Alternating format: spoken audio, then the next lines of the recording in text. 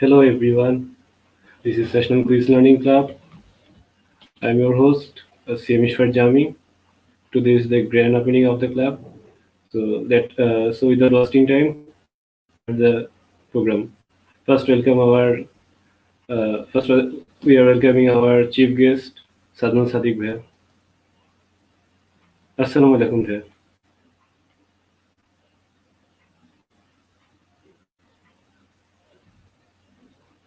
ভাইয়া কি মেবি শোনা যাচ্ছে না একটু?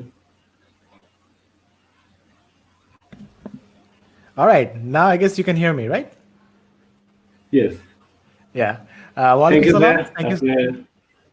It's an honor Thank you, to bhai. be here. Apne- Thank you so much for inviting me over. I'm looking forward to have an amazing time with this session with everyone. Jami. Thank you ভাই আপনার এত মূল্যবান সময় আমাদের দেওয়ার জন্য। My Now I pleasure. am inviting Rahatul Islam Bhaiya, guest of this program. Assalamu alaikum Bhaiya. Hello, Jamie. How are you? I'm fine, thank you. Hope you are well. Alhamdulillah. Starting আচ্ছা আমি রাহাতুল আমরা সবাই সাদমান ভাইয়াকে অনেক আগে থেকে চিনি। এখন রাহাত ভাইয়াকে হয়তো অনেকে চিনি না, তো রাহাত ভাইয়ার সাথে আমরা একটু পরিচয় হয়ে নিই। রাহাত ভাইয়া হলো বাংলাদেশ অ্যাডভান্স রোবট রিসার্চ ইনস্টিটিউটের ভাইস প্রেসিডেন্ট এবং সিইও, এবং এক্সট্রা আরো অনেক জায়গায় যুক্ত আছে। একটু রাহাত ভাইয়া যদি নিজেকে বলতেন তাহলে একটু বেস্ট আর কি। আসসালামু আলাইকুম। ধন্যবাদ জেমিকে এত সুন্দর একটা ক্লাবের আজকে সেরেমনি মানে গ্র্যান্ড ওপেনিং করার জন্য। আমি মূলত বাংলাদেশ অ্যাডভান্স রোবট রিসার্চ সেন্টারের সিইও এবং ভাইস প্রেসিডেন্ট হিসেবে আছি।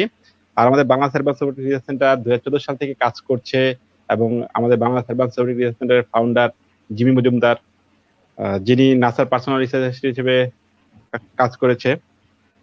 আর এছাড়াও আমি অর্গানিটিভ 360 অ্যাডভাইজার হিসেবে কাজ করছি। আমি ইলেকট্রিক্যাল অ্যান্ড ইলেকট্রনিক ইঞ্জিনিয়ারিং এর উপরে ক্যানাডিয়ান ইউনিভার্সিটি অফ বাংলাদেশ থেকে আমার গ্রাজুয়েশন শেষ করছি দিস মান্থ। এছাড়া আমি ইন্টেলিজেন্ট মাইন্ডের চিফ অ্যাডভাইজার হিসেবে আছি। রোবোটিক্স এবং টেকনোলজি নিয়ে বিভিন্ন ধরনের ওয়ার্কশপ করতেছি। ওকে, থ্যাংক ইউ ভাইয়া। That's it for me. তো আমরা আগে কোশ্চেন অ্যান্সার রাউন্ডে চলে যাই, যেহেতু টাইম খুবই কম। সাদন ভাইয়ের আইডিয়াস আরেকটা লাইনে যেতে হবে, তো সাদন ভাইকে দিয়ে স্টার্টটা করি। আচ্ছা ভাইয়া, আমরা তো অনেকেই শুনি যে অনেকে কুইজ করে বা কুইজে পার্টিসিপেট করতে চায়, অনেক ইন্টারেস্টেড। তো আমরা আসলে এই কারণেই মেনলি এই ক্লাবটা খোলা আর কি। তো আমার কাছে আপনার প্রশ্ন যে কুইজ করা কেন ভালো, বা কুইজে কেন মানুষ আসা উচিত, আপনার কি আপনার কি?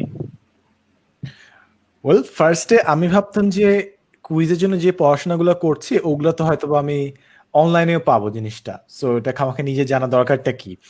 বাট পরে বিভিন্ন সিচুয়েশন আস্তে আস্তে আমরা যত পড়াশোনা করলাম তত বুঝলাম যে এটার একটা দরকার আছে। আমাদের একজন টিচার ছিলেন মার্কেটিং এ, অ্যান্ড উনি বিসিএস এ ফার্স্ট ছিলেন। ফার্স্টেও তিনি আমাদেরকে পড়াতে আসলেন, ইউনিভার্সিটি তিনি জয়েন করলেন। সো একদিন জানতে পারলাম যে তিনি বিসিএস এ ফার্স্টের জন্য কত পড়াশোনা করেছেন, অ্যান্ড আমরা পরে কানেক্ট করলাম যে স্যার যে এত লোকাল এক্সাম্পল দিতে পারেন, মুহূর্তে মুহূর্তে কোন থানায় কোন জেলায় কি কি আছে বলতে পারেন, ওগুলোর পেছনে আসলে তার ছিল প্রিপারেশনটা। সো প্রথম হয়তো ভাবতাম যে আসলে এটা জেনে কি লাভ হবে, বাট ওই নলেজটা সারাক্ষণ মাথার মধ্যে প্রেজেন্ট থাকা অ্যান্ড পুরো দেশের স্ট্রাকচারটা বোঝা ইজ রিয়েলি ইম্পর্টেন্ট। আর এটা তো আছেই, বাট একটা জিনিস যেটা আমাদের সবসময় খেয়াল রাখতে হবে যে কুইজের জন্য আমরা পড়াশোনা করছি ঠিকই, বাট একটা সময় এত এক্সট্রিমে মনে চলে যায় যেগুলো হয়তো নলেজটা কখনো কাজেও লাগবে না। তো আমার মনে হয় এটা একটা কনস্ট্যান্ট ফাইট যে কতটুকু আমার আসলে কাজে লাগবে, কতটুকু আসলে কাজে লাগবে না। বাট দেশ নিয়ে জানলে আমার মনে হয় সবসময় সেটা কাজে দিবে কোনো না কোনো ভাবেই। যারা ইউজ করবে, ঠিক মতো ইউজ করতে পারবে, তার অন্যদের উপর অনেক বেশি অ্যাডভান্টেজ পাবে।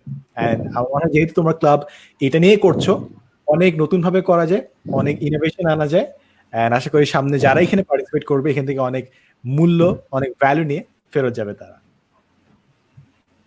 থ্যাংক ইউ ভাইয়া। আচ্ছা, আমি এখন রাহাত ভাইয়ের কাছে আপনার প্রশ্ন করি। সেম কোশ্চেন, যদি আপনি একটু কিছু বলতেন যে কুইজ কেন করা উচিত বা কুইজে কেন ইন্টারেস্টেড মানুষ। আসলে যদি আমরা নর্মালি একটু চিন্তা করি যে আমরা টোটালি আমরা আমাদের প্রাতিষ্ঠানিক শিক্ষার মধ্যে থাকি, সো কুইজ করলে কি হয়, যেমন একটা জিনিস দেখা যায় যে আমরা 5 পাস করার পরে সেই পড়াটা আর পড়ি না, আমরা মনে করি 5 শেষ তো শেষ, আমরা 6-এ যে নতুন কিছু শিখবো।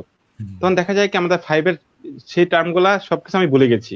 কিন্তু দেখা যায় কি যে 6-এ যখন আমরা উঠি, যে 5-এ যে যোগ বিয়োগ বলেন যা শিখছি তা কিন্তু 6-ও কাজে লাগে। যেমন একদিন চিন্তা করেন যে কবি কাজী নজরুল ইসলাম কখন জন্মগ্রহণ করছে, তার বাংলা এবং ইংরেজি সালগুলা, এগুলো কিন্তু ক্লাস 9-10 এবং কি ইন্টারে গেলেও আপনি পাচ্ছেন। তো আমার কাছে মনে হয় যে কুইজটা যদি থাকে, শুধুমাত্র বাংলাদেশ না, আমাদের টোটাল, যেমন দেখেন আমাদের প্রিভিয়াস ইতিহাসগুলা, যেমন নবাব সিরাজউদ্দৌলা বা পলাশীর যুদ্ধ, এগুলো যদি আমরা অনেকেই দেখা যাচ্ছে কি বর্তমানে অনেকেই এই বিষয়গুলি জানে না। যেমন যদি কাউকে জিজ্ঞেস করা হয় পলাশীর যুদ্ধ কত সালে হয়, অনেকে বলতে পারে না। আমি মনে করি যদি কুইজ গুলা হয়, তাহলে দেখা যায় আমাদের যে সাধারণ জ্ঞানগুলো আছে সেগুলো আমাদের মধ্যে সবসময় বিরাজমান থাকে। আমরা আমাদের যে সাধারণ জ্ঞানগুলা নিয়ে সবসময় আমরা জানতে পারি এবং আমাদের জানার আগ্রহটা বেড়ে যায়। যেমন ভৌগোলিক সম্পর্কে আমরা জানতে পারি। সো এই কারণে আমি মনে করি যে কুইজ গুলা খুবই গুরুত্বপূর্ণ আমাদের আমাদের দেশের ছেলে মেয়েদের জন্য বা তরুণদের জন্য। ওকে, থ্যাংক ইউ। আচ্ছা, সালমান ভাইয়াকে দেখা যায় প্রায় মানে কয়েকটা ভিডিও আমি দেখলাম যেখানে সাইকোলজি নিয়ে একটা মানে সাইকোলজি নিয়ে অনেকগুলা ভিডিও বানানো হয়েছে। তো কুইজের ক্ষেত্রে কিন্তু আমার মতে কোনো সাইকোলজির একটা অনেক মানে অনেক বড় একটা ব্যাপার আছে। তো আপনার মতে কুইজের সাথে সাইকোলজি কি কানেক্টেড বা কতটা কানেক্টেড? সাইকোলজি বিষয়টা হচ্ছে যে তোমাকে কনটেক্সট বুঝতে হবে, অনেকটা প্রসঙ্গ বুঝতে হবে। হ্যাঁ, তুমি অফকোর্স কুইজ করতে পারো, তুমি বুঝতে পারো যে কোন লক্ষণ কি কি, ডিপ্রেশনের লক্ষণ কি কি, তোমার হাইপার অ্যাক্টিভিটির লক্ষণগুলো কি কি, অফকোর্স তুমি শিখতে পারো, তুমি কুইজ করতে পারো, তুমি সবগুলো বই মুখস্থ করতে পারো। বাট জিনিস হচ্ছে এই যে ডক্টর কিংবা ডায়াগনোসিস যখন তুমি একটা ইন্ডিভিজুয়ালের জন্য করতেছো, তোমাকে দেখতে হয়, অনেক হিস্ট্রি ঘাটতে হয়। সো এই বিষয়টা অনেকটা সাবজেক্টিভ। সো হ্যাঁ, তুমি যদি কুইজ করো তোমার একটা বেসিক ধারণা অফকোর্স হবে, বাট ওভারঅল যারা অ্যাকচুয়ালি এখানে অ্যাপ্লাই করে, যারা প্রফেশনালস, তাদেরকে আরো অনেক সাবজেক্টিভ জিনিস দেখতে হয়, যেগুলো আগে কুইজ দিয়ে সম্পূর্ণটা কভার করা যায় না। বাট ইনিশিয়াল ধারণাটা দেওয়ার জন্য I guess it's kind of useful. এবং স্পেশালি মেন্টাল হেলথ রিলেটেড যে জিনিসগুলো কুইজ আকারে প্রেজেন্ট করা যায়, সবসময় বিষয়টা যে রাইট হতে হবে এমন না। কিছু কিছু জিনিসে অ্যাওয়ারনেসই তৈরি করা যায়, জাস্ট একটা কুইজ করার মাধ্যমে কিংবা এটা একটা কুইজের কম্পিটিশন পার্টিসিপেট করার মাধ্যমে। সো নট নেসেসারিলি সবসময় কুইজের উদ্দেশ্য হচ্ছে মানুষকে জ্ঞান দেওয়া, অনেক সময় এটা মানুষকে অ্যাওয়্যার করার টুল হিসেবে ইউজ করা হয়। তো আমি মাঝে মাঝে এই কাজটা করি, যখন আমি ইনস্টাগ্রাম ফেসবুকে বিভিন্ন পোল করার অপশন আছে, ইয়েস নো দেওয়া যায়, মানুষের অপিনিয়ন দেওয়া যায়। তো আমি কখনো কখনো এমনভাবে ইচ্ছা করে এমন কিছু প্রশ্ন করি যেগুলো আসলে সলিড আনসার নেই, কিন্তু মানুষকে যখন এই কোয়েশ্চেনগুলো করি, কোয়েশ্চেন করার সময় তারা এটা নিয়ে চিন্তা করে। So that is the reason. I guess mental health নিয়ে আমাদের এখনো অনেক কিছু জানানো আছে। সো কুইজ করলে অফকোর্স অনেকে ওইটার কৌতূহল বশত শিখবে, আর অনেকে অন্য মানুষকে এই মেন্টাল হেলথ রিলেটেড কুইজে পার্টিসিপেট করতে দেখবে, এবং ওইখান থেকে তারা ভাবে চাচ্ছে মেন্টাল হেলথ এখানে কি জানা আসলে কিছু আছে নাকি না, আমি তো আমার মনকে সারাক্ষণই দেখছি, এটার মধ্যে জানা কি আছে, কি কি রোগ আছে। সো আই গেস কানেকশন একটু হলেও আছে, অ্যান্ড ওটাকে যদি ঠিকমতো লেভারেজ করা যায়, ঠিকমতো অর্গানাইজ করা যায়, মানুষের সামনে প্রেজেন্ট করা যায়, অনেক কিছু এখান থেকে বের করে আনা সম্ভব। থ্যাংক ইউ ভাইয়া। আচ্ছা, সাদমান ভাইয়ের কাছে আরেকটা প্রশ্ন যে সাদমান ভাই এই লকডাউনে দেখা গেল যে অনেকেই ফেমাস হয়ে গেল যে বিভিন্ন কন্টেন্ট তৈরি করে। তো কন্টেন্ট তৈরি করে মানুষ কিভাবে প্রায় ফেমাস হয়ে যাচ্ছে, মানে এই লকডাউনে দেখা যাচ্ছে কন্টেন্ট তৈরি করছে, যে কোনো ভালো কন্টেন্ট তৈরি করে তো সে ফেমাস হয়ে যাচ্ছে। তো কন্টেন্ট তৈরি করলে কি জলদি ফেমাস হয়ে যায় এরকম কিছু নাকি? ওয়েল, ফেমাস বলতে কি বলতেছো? এটা হচ্ছে একটা জিনিস যে একদিনের ফেমাস নাকি বহুদিনের ফেমাস। একদিনে তুমি জাস্ট হাইপে চলে আসলা, নেক্সট দিন থেকে কোনো মানুষ তোমার খোঁজও নিল না, কিংবা তুমি প্রচুর ফেমাস হইলা বাট তুমি ওখান থেকে একটা তোমার ফেমকে কাজে লাগায় তুমি একটা ইম্প্যাক্ট আনতে পারলো না। তো তুমি মনে করো ইনফ্লুয়েন্সার হইলা, তোমার মনে করো 5 লাখ ফলোয়ার্স, বাট রিয়েল লাইফে তুমি ইনফ্লুয়েন্স দিয়ে কি করবে? একজনকে কি তুমি বই পড়াইতে পারলা? একজনকে কি একটা এন্টারপ্রেনার বানাইতে পারলা? What's your actual impact? So হ্যাঁ, অফকোর্স তুমি ফেমাস হতে পারো। যারা সুপারফিশিয়াল, যারা শ্যারো লেভেলে দেখতেছে, তারা অফকোর্স হ্যাঁ দেখবে যে তুমি একদিন অনেক ভিউজ পাইলা, বাট অ্যাকচুয়ালি ইম্প্যাক্টটা কি, যারা অ্যাকচুয়ালি খেয়াল করবে, যারা অ্যাকচুয়ালি জিনিসগুলো দেখে, ব্র্যান্ড ম্যানেজার্স বলো কিংবা যারা ইন্ডাস্ট্রি থট লিডার্স বলো, তারা কিন্তু স্ট্রেট দেখতে পারবে যে কোন একটা মানুষ একদিন ফেমাস হইলো, পরের দিন থেকে গায়েব। বহুত মানুষ 365 দিন হয়তো 365টা ইস্যু আসছে, বাট তুমি কয়জনকে অ্যাকচুয়ালি মনে রাখছো? সো যারা অ্যাকচুয়ালি ফেমাস তারা যুগের পর যুগ থাকবে, এন্ড এই করোনা টাইম ইজ জাস্ট একটা পার্টিকুলার টাইম। এরপরে কারা লাস্ট করবে, কারা অ্যাকচুয়ালি নিজের ক্যারিয়ারটা বিল্ড করতে পারে, ইম্প্যাক্ট রাখতে পারে, সেটা actual question. So don't get distracted by this initial reactions of people. Comment section বেশ দারুণ।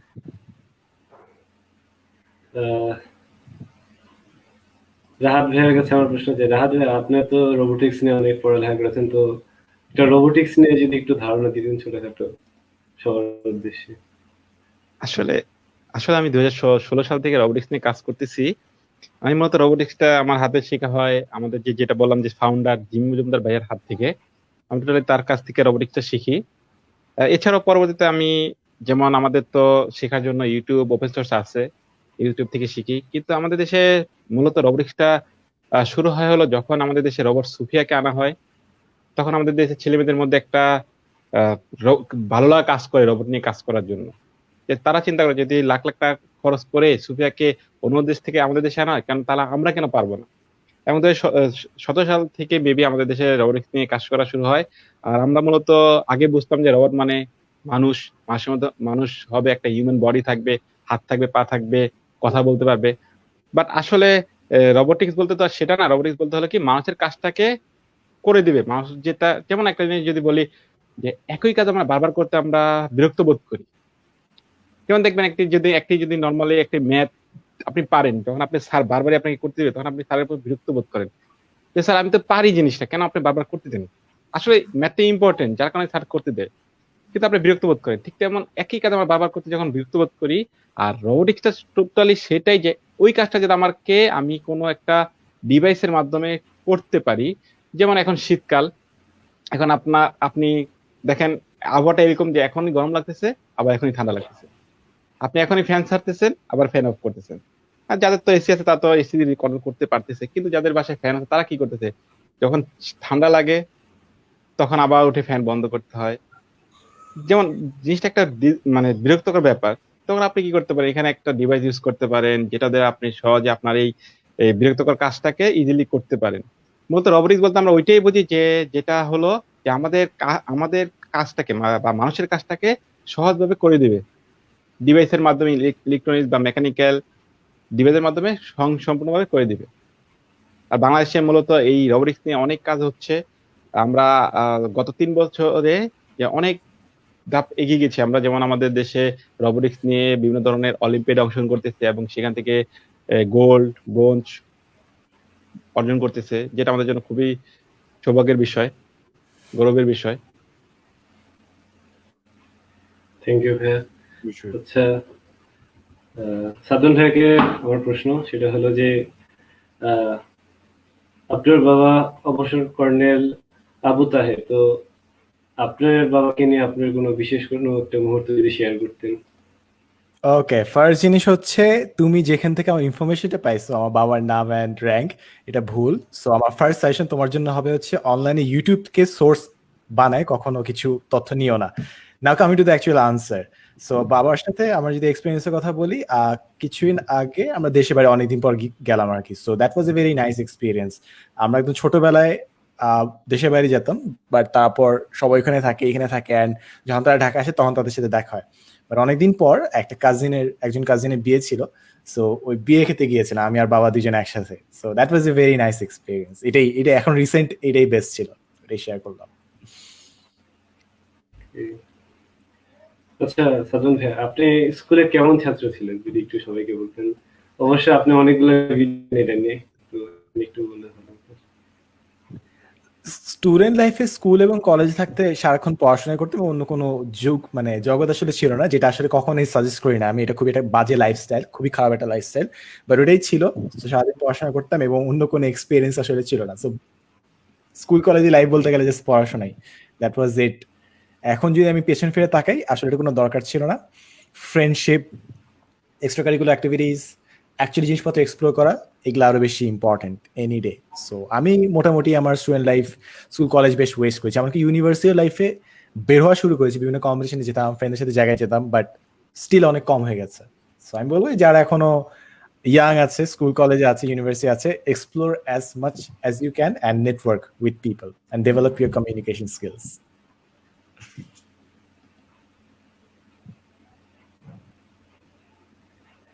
ওকে, তো ভাই আপনার আইডল কে, আপনি যদি একটু বলতেন, বা আপনি কাকে ফলো করতেন? এরকম আসলে এমন জীবিত যদি বলতে চাই তাহলে এমন কেউ নাই যাকে সার্বিকভাবে সব দিক থেকে ভালো লাগে। কিছু মানুষকে মনে হয় আচ্ছা ঠিক আছে তাদের মিনিমালিজমটা ভালো, কিছু মানুষকে প্রোডাক্টিভিটি সাইড থেকে ভালো লাগে। সো এক একজনকে একভাবে ফলো করি। ফর এক্সাম্পল স্টোরি টেলিং এর জন্য কেসি নেইস্টেটকে অনেক ভালো লাগে, তিনি খুব সুন্দর সুন্দর ব্লগ করেন। আবার ফটোগ্রাফির জন্য পিটার ম্যাককেননকে বেশ ভালো লাগে, ড্রয়িং এর জন্য গ্যালগেসারকে ভালো লাগে। সো এক একটা ক্রাফটের জন্য একজন মানুষকে ভালো লাগে। কিংবা এমন ক্রিয়েটার আছে যারা গেম খেলে, যেরকম গেমিং এর ক্ষেত্রে এসিউ নামে একজন মানুষ আছে, খুবই সুন্দর খেলে। মানে সবাই তো গেম খেলেছে, হ্যাঁ গেম খেলেছে, শুট করতেছে, এদিক ওদিক নড়াচড়া করতেছে, বাট উনি গেমের মধ্যে অনেক ক্রিয়েটিভিটি দেখান। সো এক একটা জিনিসের জন্য এক একজন মানুষ, এবং আই গেস চারজনের নাম অলরেডি বলে ফেললাম। এরকম বলতে গেলে আসলে সবগুলো বিষয়ে কোনো না কোনো একজন এক্সপার্ট বের হয়ে আসবে। ওকে, রাহাত ভাইয়ের কাছে আমার প্রশ্ন যে, রাহাত ভাই, অনেকেই বলে যে কুইজ করতে গেলে নাকি পড়ালেখার ক্ষতি হয়, তো আপনি কি এটার সাথে একমত, বা আপনার মতামতটা কি? আসলে আমার মতামত হলো যে আমাদের অভিভাবকদের একটা টেন্ডেন্সি আছে যে আমাদের আগে পড়ালেখা করতে হবে, তারপরে এক্সট্রা কারিকুলাম তুমি অংশগ্রহণ করবা। পড়ালেখা শেষ না করে মানে তুমি এক্সট্রা কারিকুলামে অংশগ্রহণ করতে পারবা না। এখন তোমাকে আগে তোমার লেখাপড়ার দিকে নজর দিতে হবে, তারপরে তোমার এক্সট্রা কারিকুলাম। এবং তুমি একটা কুইজ ক্লাব করতেছো, সো এটা তোমাকে অনেক কাজ তোমার নিজের করতে হবে। সো তুমি একটা জিনিস খেয়াল রাখবা যে তোমার যাতে পড়ালেখা হ্যাম্পার না হয়। সো যদি তুমি এটাকে খেয়াল করতে পারো, এটাকে খেয়াল করি তুমি যদি কাজ করতে পারো, তাহলে প্রবলেম নাই। কিন্তু না, তুমি শুধুমাত্র তুমি ক্লাবের দিকে ঝুঁকে পড়ছো, তোমার তুমি লেখাপড়া করতেছো না, তখন কিন্তু এটা বাজে একটা দিক হয়ে যাবে। তো তোমাকে আগে তোমার লেখাপড়ার দিকে ফোকাস দিতে হবে, দেন এই ক্লাবের দিকে।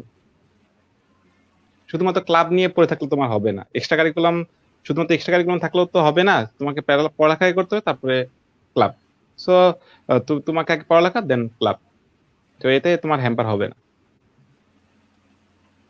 ওকে, সাধন ভাইয়া, তো আপনার কাছে আমার প্রশ্ন, আপনি কি কোনোদিন কুইজ করেছেন, বা মানে যেরকম কুইজ শো গুলো হয় স্কুলে বা বিভিন্ন প্রোগ্রামে, তো এরকম কুইজ করেছেন, বা এটা নিয়ে যদি কোনো একটা শেয়ার করতেন, কোনো একটা ঘটনা? আমি ব্যক্তিগতভাবে কখনো কোনো কুইজ কম্পিটিশনে পার্টিসিপেট করিনি, বাট আমাদের নিজস্ব অ্যারেঞ্জ করা ছিল একটা শো। সো আমাদের যে 10 মিনিট স্কুল যে গালা যে ইভেন্ট আমরা, সো ওখানে আমাদের একটা সেগমেন্ট ছিল, সিনিয়র ভাইয়া আমাদের এখানে হোস্ট করেছিলেন। সো ওইটাই একমাত্র এক্সপিরিয়েন্স, বাট আমি সরাসরি পার্টিসিপেন্ট হিসেবে কখনো এই কুইজ শোতে অংশগ্রহণ করিনি। বাট হ্যাঁ, অফকোর্স আই গেস যারাই স্টুডেন্ট সবাই লাইফে বহুত কুইজ আছে, অ্যান্ড এসএসসি এইচএসসি তে আমরা বহুত এমসিকিউ দাঁড়ালাম। সো আমার মনে হয় আমরা সবাই লাইফে কোনো না কোনো ভাবে কুইজ দিয়েছি। ইটস জাস্ট স্টেজে দাঁড়িয়ে মানুষের সামনে কখনো কম্পিটিটিভ মোডে কুইজ দেওয়া হয় নাই, দ্যাটস ইট। ওকে, আচ্ছা সাধন ভাইয়া, আপনাকে একটা সুযোগ দেওয়া হলো, আপনি একটা প্রফেশন বা আপনি যে কোনো একটা প্রফেশন বেছে নেন, যেটাতে আপনি এখন আছেন সেটা ছাড়া, মানে আপনি তো এখন কন্টেন্ট ক্রিয়েটর, এডুকেটর, অথর, তো এই তিনটা ছাড়া আপনি একটা প্রফেশন যদি বেছে নেন, কোনটা দুটা বেছে আছে, নেবেন? দুটা আছে। একটা হচ্ছে সাইকোলজিস্ট, মানে বেসিক্যালি ডিগ্রি রিলেটেড, ডিগ্রি নিয়ে প্রপার সার্টিফিকেশন নিয়ে এই কাজটা করা উচিত। সো আমি ওখানে প্রপার ডিগ্রিধারী না, so আমি পড়াশোনা করেছি বাট আমি ডিগ্রিধারী না। সো আমি সাইকোলজিস্ট হতে চাইতাম, অথবা আর্কিটেক্ট, এই দুইটার একটা। ওকে,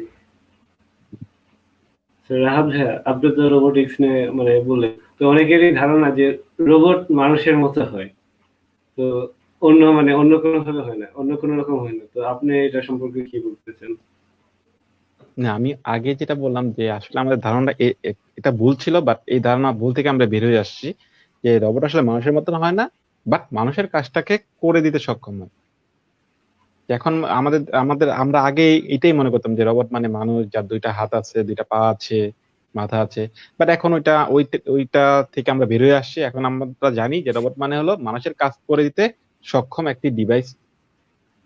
সো আমাদের এই ধারণা থেকে আমরা টোটালি বের হয়ে আসছি।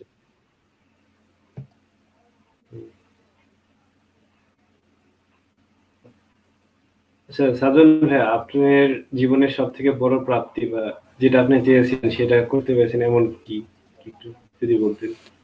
Well, তুমি যখন লাইফে পেছন ফিরে তাকাবা তখন মনে হয় না না কোনো প্রাপ্তি বড় প্রাপ্তি। ফর এক্সাম্পল যখন ক্লাস 8-এ বৃত্তি পরীক্ষা দিচ্ছি তখন ভাবছিলাম যে 8-এ বৃত্তি পেলে বেস্ট, তারপর এসএসসি গোল্ডেন পেলে বেস্ট, তারপর এইচএসসি, তারপর অ্যাডমিশন, তারপর মনে হলো সিলভার প্লে বাটন, কিংবা তারপর বইটা, কিংবা বইটা বেস্ট সেলার, কিংবা একটা ডিল। এরকম আসতে থাকে, সবসময় লাইফে আসতে থাকে। এখনো আমি বলতে পারি মাল্টিপল জিনিস আমার লাইফে, আরে এইটা পাইলে লাইফ জোস হবে। কিংবা মনে কোনো কম্পিটিশন করতেছো, কম্পিটিশন মনে চ্যাম্পিয়ন হইলা, ফ্রেন্ডদের সাথে চ্যাম্পিয়ন হইলা, বাট যখন তুমি আমার পিছন ফিরে তাকাবো তখন দেখবো যে আরে লাইফে আরো সামনে অনেক বড় বড় জিনিস আছে। সো পিছন ফিরে তাকাইলে আসলে কোনো জিনিস অত বড় মনে হয় না, বাট আমার ব্যক্তিগতভাবে মনে হয় সব থেকে বড় গিফট হচ্ছে এই লাইফটা নিজেই। Life is the biggest gift that you have. So এটার ভিতর বিভিন্ন বিভিন্ন ছোট ছোট প্রাপ্তি তো থাকবেই, বাট লাইফটা is the biggest gift ever. আমার মনে হয় ওইটাই মেইন ফোকাস হওয়া উচিত। মানুষ অনেক সময় লাইফটাকে সাইড ট্র্যাকে রেখে আমরা ছোট ছোট দুনিয়াবি বিভিন্ন জিনিসের পিছিয়ে দৌড়াই। হ্যাঁ, ওটা আমাদেরকে সাময়িক আনন্দ দেয়, কোনো একটা ডিগ্রি, কোনো একটা ভালোবাসা, কিংবা গাড়ি, কিংবা কোনো একটা পছন্দের মানুষ। সো হ্যাঁ, এগুলো তো অফকোর্স তুমি সাময়িক একটা হয়তো অর্জন পাবো, বিকজ তুমি অনেক কষ্ট করেছো ওই জিনিসটা অর্জন করার জন্য। এখান থেকে আসলে প্রাইডটা আসে, গৌরবটা আসে। বাট কিছুদিন পর তুমি আবার এটাতে বোর্ড হয়ে যাবা এবং তুমি নতুন জিনিসের পিছিয়ে আবার দৌড়ানো শুরু করবে। সো লাইফের biggest achievement is life itself, and we should be more grateful towards it. Say কমেন্টে আমি একটা প্রশ্ন আছে, সেটা হলো যে আপনি আপনাকে 10 বছর পর মানে কোথায় দেখতে চান এবং আপনি এখন যেখানে আছেন সেটা নিয়ে কি আপনি সন্তুষ্ট? বর্তমানে যেখানে আছি হ্যাপি আছি, বাট কখনো সন্তুষ্ট না, বিকজ লাইফে আরো অনেক কিছু করার সুযোগ আছে। সো তুমি যে কোনো পয়েন্টে লাইফে অনেক সন্তুষ্ট হইতে পারো, বাট সন্তুষ্ট হইলে আমার মনে হয় যে জিনিসটা হয় সেটা হচ্ছে তুমি আরো যে কাজগুলো করতে পারতা ওগুলো হয়তো বা তুমি করছো না। সো হ্যাঁ, you can be happy any time, but আমি আরো 10 বছর পরে আমি চাচ্ছি যে আমি যেন একটু ফোকাসড হই, যে কাজগুলো করছি ছোট পরিসরে এখন যেগুলো করছি ওগুলোকে আর একটু গুছিয়ে আনা, যেন সোশ্যাল লেভেলে কাজ করা যায়। এখন আমার যে বিগেস্ট প্রবলেমটা সেটা হচ্ছে আমি অনলাইনে কাজ করছি এতদিন ধরে, 3-4-5 বছর ধরে অনলাইনে জাস্ট কাজ করছি। অনলাইনে কাজ করলে তুমি দেশের যেই 6 থেকে 4 কোটি মানুষ অনলাইনে আছে কেবল তাদেরকে তুমি রিচ করবা, বাকি জনসমাজের কাছে কিন্তু তুমি যাচ্ছ না। সো তুমি যতই কাজ চেষ্টা করো না কেন, তুমি অনলাইনে যদি করো একটা সার্টেন অডিয়েন্সের কাছে তুমি পৌঁছাতে পারছো না। সো এই রুট লেভেলে মানুষের সাথে কাজ করা হচ্ছে না, যেটা আমি আস্তে আস্তে ফিউচারে করতে চাই, to get connected with the real people of the country. Okay.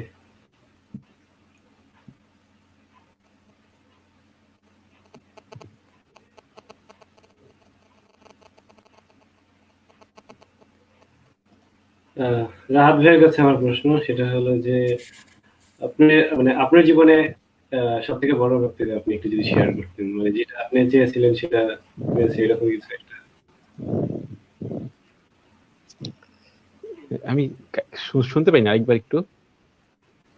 আচ্ছা, আপনার জীবনের বড় প্রাপ্তি যেটা আমি কিছুক্ষণ আগে সাদমান ভাইকে বললাম, সেটা আপনি আচ্ছা আচ্ছা, যদি বলতেন। আসলে সাদমান ভাইয়া অ্যান্সার দিয়ে দিয়েছে, তবে আমি বলি যে নর্মালি আমি চিন্তা করি যে আমি বর্তমানে যেমন আছি, আমার বর্তমান যেটা আছে সেটাকে নিয়ে আমাকে স্ট্রাগল করতে হবে। কারণ আমি অতীতে কি ছিলাম বা ভবিষ্যতে কি হব সেটা আমি, অতীত যেমন সে পাস্ট হয়ে যায় সেমন ভবিষ্যৎটা আমি বলতে পারবো না। তো আমি বর্তমানে যেমন আছে ঠিক সেটাকে নিয়ে এগিয়ে যেতে চাই। যে বর্তমানে আমি একটা কাজ করতেছি বা একটা প্রজেক্ট নিয়ে কাজ করতেছি, সেই প্রজেক্টটাকে যেভাবে হোক আমাকে ডেভেলপ করতে হবে, একবার সাকসেসফুলি করতে হবে। বাট এরপর আমরা কি করবো সেটা নিয়ে আমি তো ডাইরেক্টলি বলতে পারবো না, কারণ ভবিষ্যৎ তো বলা যায় না। যেমন অতীতে কি করছে সেটা তো আমি একে প্রাপ্তি হিসেবে থাকলেও, বাট বর্তমান তো নেই। তো আমি বলবো যে বর্তমানে আমি কি কি আছি বা কি করতেছি সেটাই আমার বড় প্রাপ্তি, আর এটাকে নিয়ে এগোতে চাই। যেমন যদি যদি বলি, যেমন আমাদের যেমন যদি বলি বাংলাদেশ ক্রিকেট দল, প্রত্যেকটা দলেরই কি থাকে যে প্রত্যেক ম্যাচটা তাদেরকে জিততে হবে। ঠিক তেমন আমার কাছে কাছে হলো বর্তমানটাই আসল, যে বর্তমানে আমি কি করছি বা কি নিয়ে কাজ করছি সেটাকে আমি নিয়ে কাজ করতে চাই সাকসেসফুলি ভাবে। এটাকে আমি বড় প্রাপ্তি হিসেবে এগিয়ে নিচ্ছি। রাহাত ভাইয়ের কাছে আমার নেক্সট প্রশ্ন, সেটা হলো যে আপনি এখন যে পর্যায়ে আছেন যে 10 বছর পর কি আপনাকে কোথায় দেখতে চান, বা আপনি এখন যেটা দেখছেন সেটা মানে সেটা যদি একটু বলতেন। আসলে আমি তো মানে ভবিষ্যৎ বলা তো সো টাফ। সো তবু আমি বলতেছি যে আমি যেহেতু রোবোটিক্স নিয়ে কাজ করতেছি, এ, আমি রোবোটিক্স নিয়ে কাজ করতে চাই। এছাড়া আমার একটা ছোটবেলা থেকে একটা ড্রিম ছিল যে বাংলাদেশের ছেলে মেয়েদেরকে নিয়ে কাজ করব। সো আমি যদি রোবোটিক্স নিয়ে কাজ করার পাশাপাশি যদি যেমন এখন অনেকগুলা অর্গানাইজেশনের সাথে কাজ করতেছি, সো যদি আমি রোবোটিক্স নিয়ে পাশাপাশি কাজ করতে পারি, সো আমি চাইবো যে আমাদের দেশের ছেলেমেয়েরা যাতে প্রত্যেকটি সেক্টরে এগিয়ে যেতে পারে। যেমন আমরা একটা জিনিস লক্ষ্য করছি, আমি সাধারণত লক্ষ্য করছি যে আমরা বিভিন্ন ক্লাব দেখলে বা অর্গানাইজেশন দেখলে সেখানে আমরা দৌড় দিয়ে ক্যাম্পাস অ্যাম্বাসেডর হয়ে যাচ্ছি। যেমন দেখা যায় যে তার সবাই সিভিতে অসংখ্য ক্যাম্পাস অ্যাম্বাসেডর অ্যাড করতে পারতেছে, বাট এটার ভ্যালু কতটুকু দিতে পারবে? যে আমরা একটা প্রজেক্ট, একটা সামান্য প্রোগ্রামের জন্য ক্যাম্পাস অ্যাম্বাসেডর হই, বাট এইটাই অ্যাড করে সিভিতে আমরা কতটুকু স্কিল হচ্ছি। তো আমি এই কারণে আহ, যদি আমার সামর্থ্য হয় তাহলে আমি এটারই কাজ করব, যাতে করে আমাদের ছেলেমেয়েদের শুধুমাত্র ক্যাম্পাস অ্যাম্বাসেডর না, তাদেরকে স্কিলফুল করতে পারি। সেদিকে আমি একটু নজর দিব।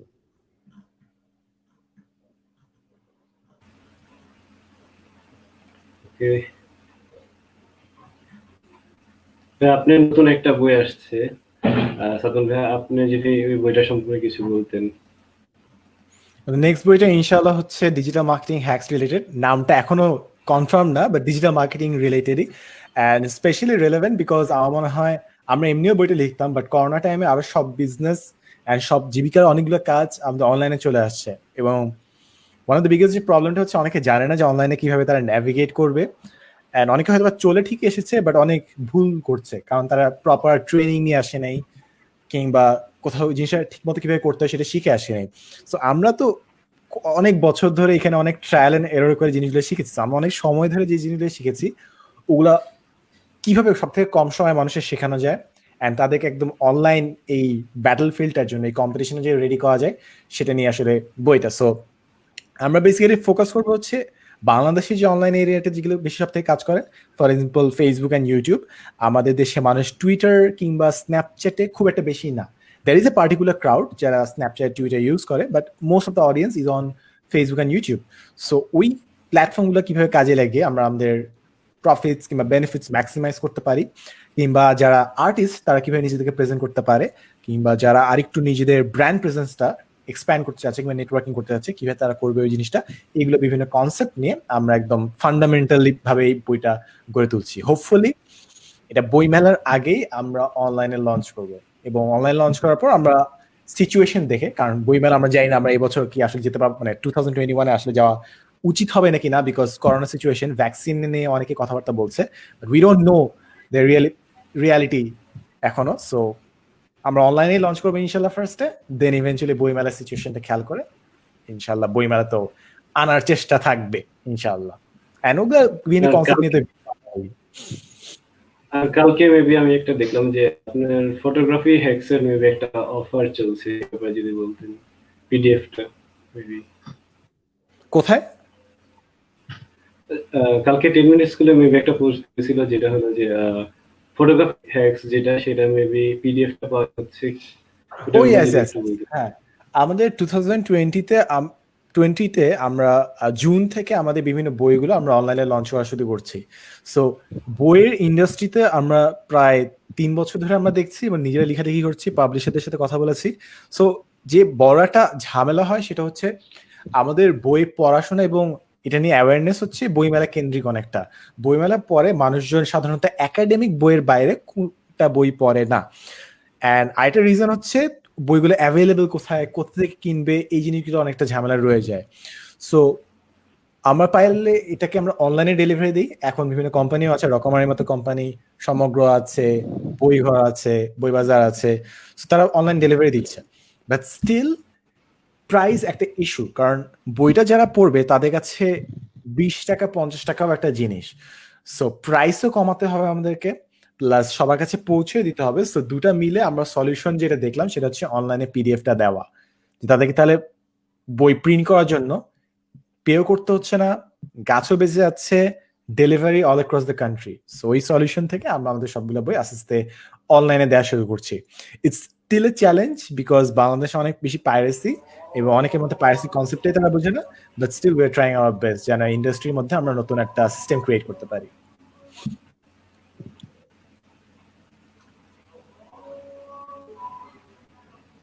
মেবি নেট প্রবলেম ছিল আমার।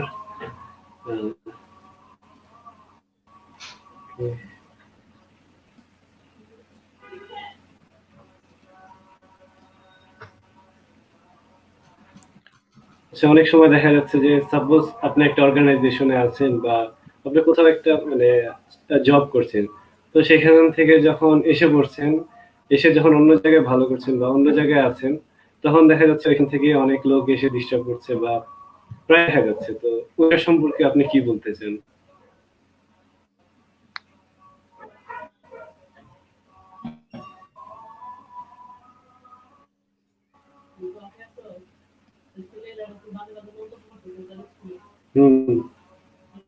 রাহাত ভাই শুনছেন?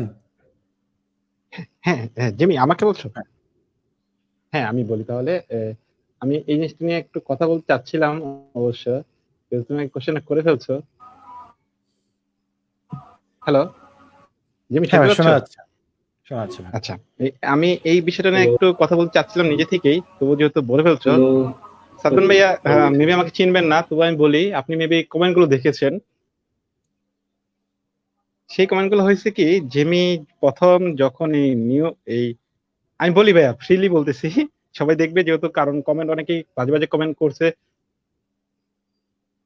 তো জিনিসটা সবার জানা দরকার যে আমাদের জিমি একটা অর্গানাইজেশন ছিল, আমি নাম বলতেছি না, সেই অর্গানাইজেশন থেকে জিমি একটা প্ল্যান করে, যে আমাকে বলে যে ভাইয়া এরকম এরকম করতে চাই, করলে কেমন হবে। তখন আমি বললাম যে যেহেতু তুমি চাচ্ছ বা তোমার এজটা কম, বা তুমি আগে তোমার একটা ম্যান পাওয়ার করো, যে তোমার ফ্রেন্ড সার্কেল দেখো, জোগাড় করো, তারা যদি ইন্টারেস্টেড থাকে তাহলে তুমি শুরু করো। তখন সে তার মতন করে চেষ্টা করলো, প্রায় এটা মেবি 1 মাসের আগের কথা। চেষ্টা করে সে তৈরি করলো, তৈরি করার পর আমাকে সেদিন বলতেছে, ভাইয়া এখানে আমরা একটা গ্র্যান্ড ওপেনিং করতে চাই, যেখানে সাদমান সাদিক ভাইয়া থাকবে, আপনিও থাকবেন। তো আমি বললাম, হ্যাঁ তোমরা যেহেতু শুরু করছো তো ভালো, জিনিসটা যেহেতু করতে যাচ্ছ, তোমাদের ড্রিমটাকে নিয়ে কাজ করতেছো, সো করো। এখন যে আগের অর্গানাইজেশন ছিল, মূলত এখানে কমেন্ট গুলা সব ফ্যাকারির কমেন্ট, এবং সেই অর্গানাইজেশন যে ফাউন্ডার আছে, সে অলরেডি জিমিকে থ্রেটও করেছে। যে জিনিসটা আমি পাবলিক বলতে চাইনি, কিন্তু আজকে যেহেতু তারা কমেন্ট ডাইরেক্টলি করছে, এবং আপনি যেখানে আছেন সেখানে তারা এই মানে ব্যাড ল্যাঙ্গুয়েজ গুলো ইউজ করছে, সো যার কারণে আমি বলা যে সেই অর্গানাইজেশন ফাউন্ডার মূলত তাদেরকে দিয়ে এই কাজগুলি করাচ্ছে। তো জিনিসটা একটা হলো কি, আমাদের দেশে এই একটা প্রবলেম যে আপনাকে উপরে উঠতেও দিবে না, আপনাকে কিছু করতেও দিবে না। যেমন কমেন্ট গুলো দেখে আমার নিজের কাছে অনেক খারাপ লাগছে, কারণ একটা জিনিস হলো কি, যে তুমি তোমার সাথে রাগ থাকতে পারে জ্যামির, কিন্তু এখানে আমার কথা বাদ দিলাম, যেখানে আপনি আছেন সেখানে ওরা এই ল্যাঙ্গুয়েজ গুলো ইউজ করা, জিনিসটা আমার কাছে খুবই খারাপ লাগলো। যেমন জিমির ক্ষেত্রে জিনিসটা টোটালি একটা ডিমোটিভেটেড হওয়ার কথা, কিন্তু আমি কিভাবে জানি জানি না জিমিকে কিভাবে কি বলবো। এখন আমি সাধারণত একটু বলতে চাই যে জিমিকে একটু মোটিভেশন দেন। ওয়েল, আই গেস সবাইকে অনেক অনেক ধন্যবাদ এতক্ষণ লাইভে থাকার জন্য। 7টা বেজে গেছে, তো আমাদের অ্যালটেড টাইম 6:30 থেকে 7টা পর্যন্ত ছিল। আমি যদি শেষমেশ কিছু বলতে চাই, সেটা হচ্ছে যে আমি চাচ্ছিলাম যে জামি যদি নিজেই এগুলোর আনসার দিত, কারণ যে মানুষটা এগেইনস্ট অ্যাকুইজিশন থাকে সেই মানুষটাকে আসলে আনসার দেওয়া উচিত। So he should be able to defend himself. But এই ইস্যুতে আমি কোনোভাবেই যাই না, কারণ আমি কোনো সাইডে কিছু যাই না। It's just unfortunate, and you should be able to control your own comment section. So overall this was not a very pleasant experience, but then again, thank you so much for inviting me over. Hope you have a very nice time. Our allotted time slot is over. I wish you all the best with your life. Thank you so much, Rahat Bhai, to join us. আমাদের সাথে একসাথে থাকার জন্য। I hope someday to meet you soon, inshallah, and আমরা inshallah আড্ডা দিব, and we'll be able to discuss about a lot of stuff. Assalamu alaikum. Thank you, thank you, thank you, আসসালামু আলাইকুম।